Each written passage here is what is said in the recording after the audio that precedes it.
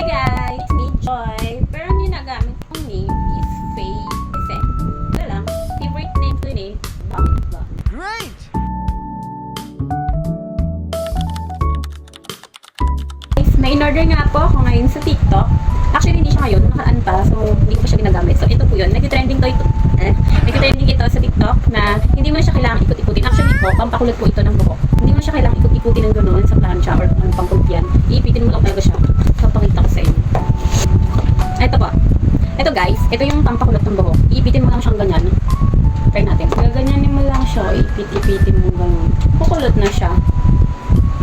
Gusto niyo pakita ko sa inyo. In-order po ito kasi pumilakat. Try natin. Ito na guys, binuksan ko na siya.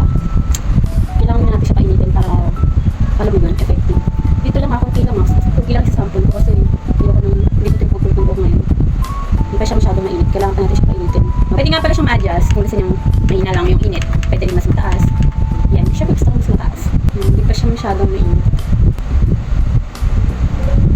I think mainit na siya. Try natin. Ito lang sa dulo. Ayan. Ganyan ko lang siya ginagawa mga B.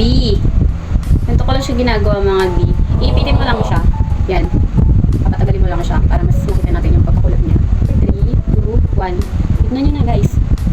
Oh, see? Pak. Sa baba. Okay. Isin natin siya. 10, 9, 8, 7, 6, 5, 4, 3, 2, 1. Masyado. Sa pa. 10, 9, 8, 7, 6, 5, 4, 3, 2, 1. Pak! Ganyan, guys. Ganyan po siya ginagamit. Idamay na natin yung taas. Pak! Oh, yan. O, diba? Curly-curly na siya. Alam mo talaga ang ganda. Hindi po ako maganda. Na-insecure pa nga ako sa ibang girls eh.